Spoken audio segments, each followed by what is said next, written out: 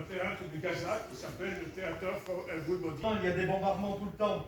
Les bruits de bombardement se mélangent. Bruit de bombardement lointain. Bruit encore plus lointain. Bruit pas si lointain, mais pas si proche non plus. Bruit à proximité sans aucun choc. Bruit très proche, et le bâtiment se met à trembler. Les fenêtres à vouloir s'envoler. Mais quelque chose, je ne sais pas quoi, les retient.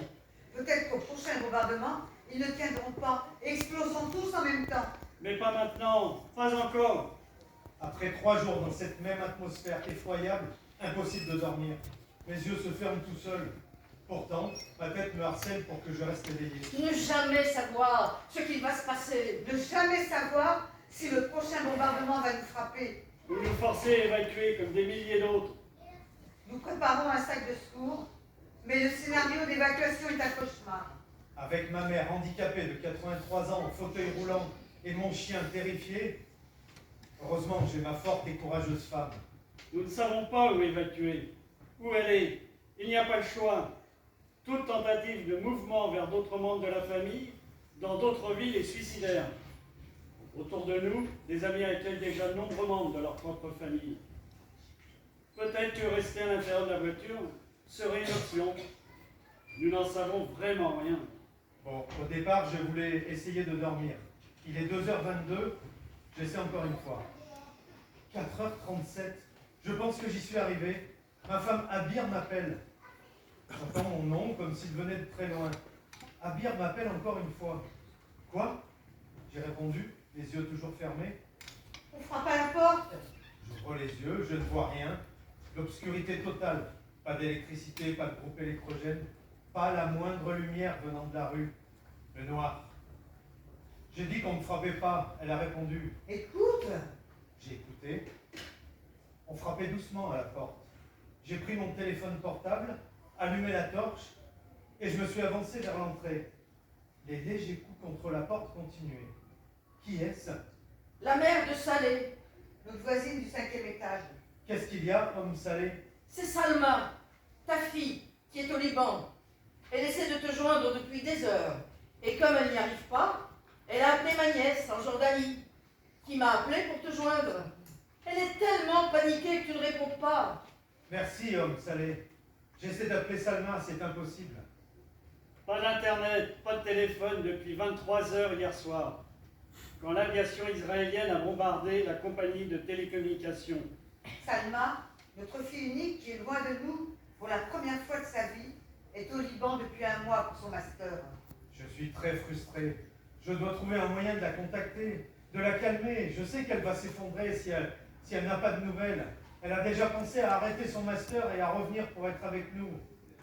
Pendant ce temps, les bombardements continuent. Le chien reste collé à moi de peur. Ma mère se réveille en me demandant d'aller aux toilettes.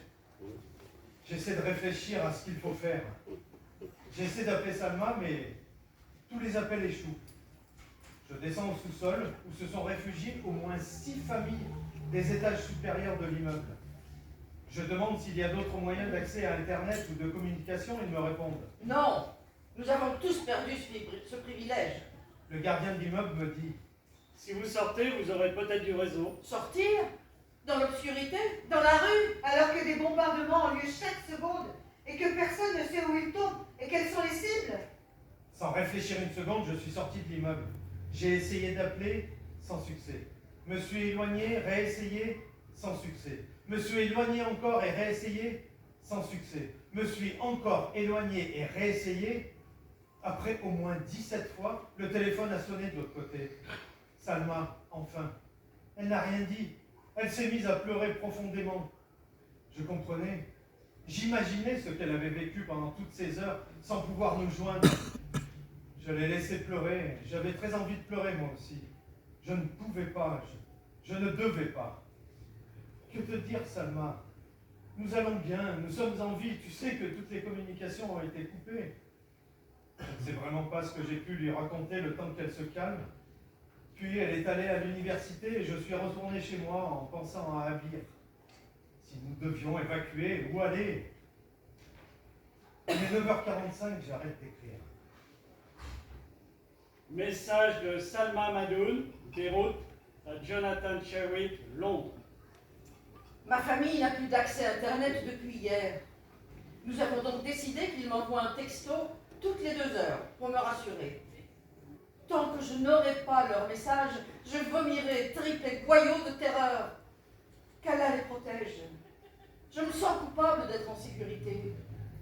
J'imagine que les pigeons qui volent près de ma fenêtre sont des missiles, sur le point de tuer. Puis elle écrit. Il n'y a pas de couverture médiatique.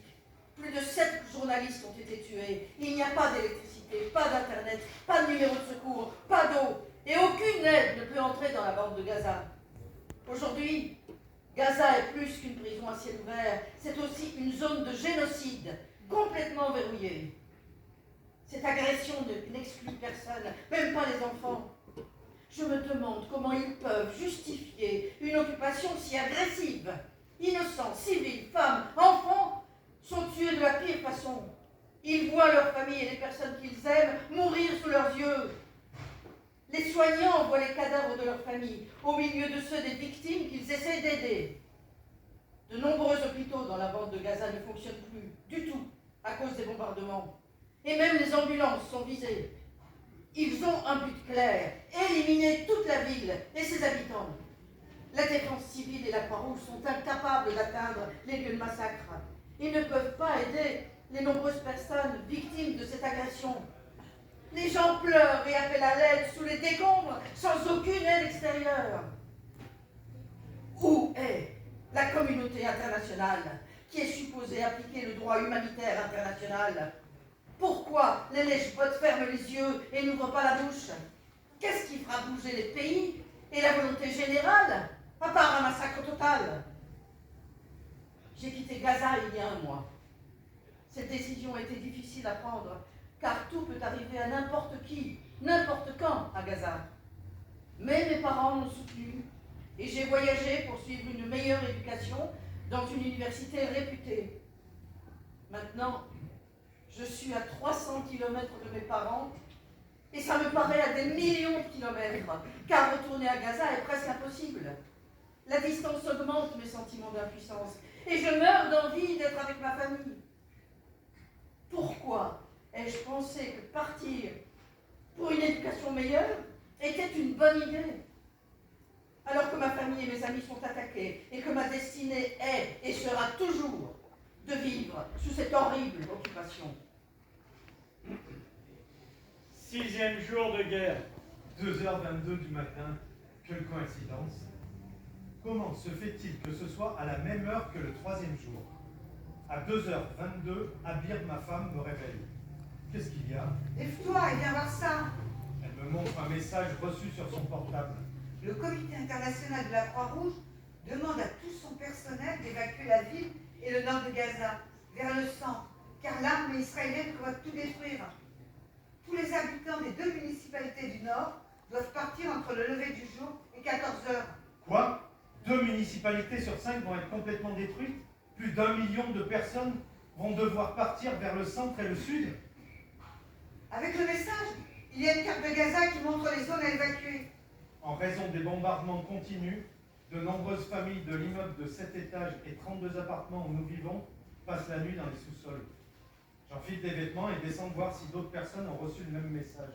Au sous-sol, sur un grand tapis et quelques matelas, 8 hommes et 13 garçons dorment. Je réveille l'un des voisins et lui parle du message. Le reste des hommes se réveillent. Certains commencent à téléphoner. En quelques minutes, le message est confirmé. Le personnel de l'ONU a également reçu le même message. Que faire? Où aller? La seconde question reste sans réponse.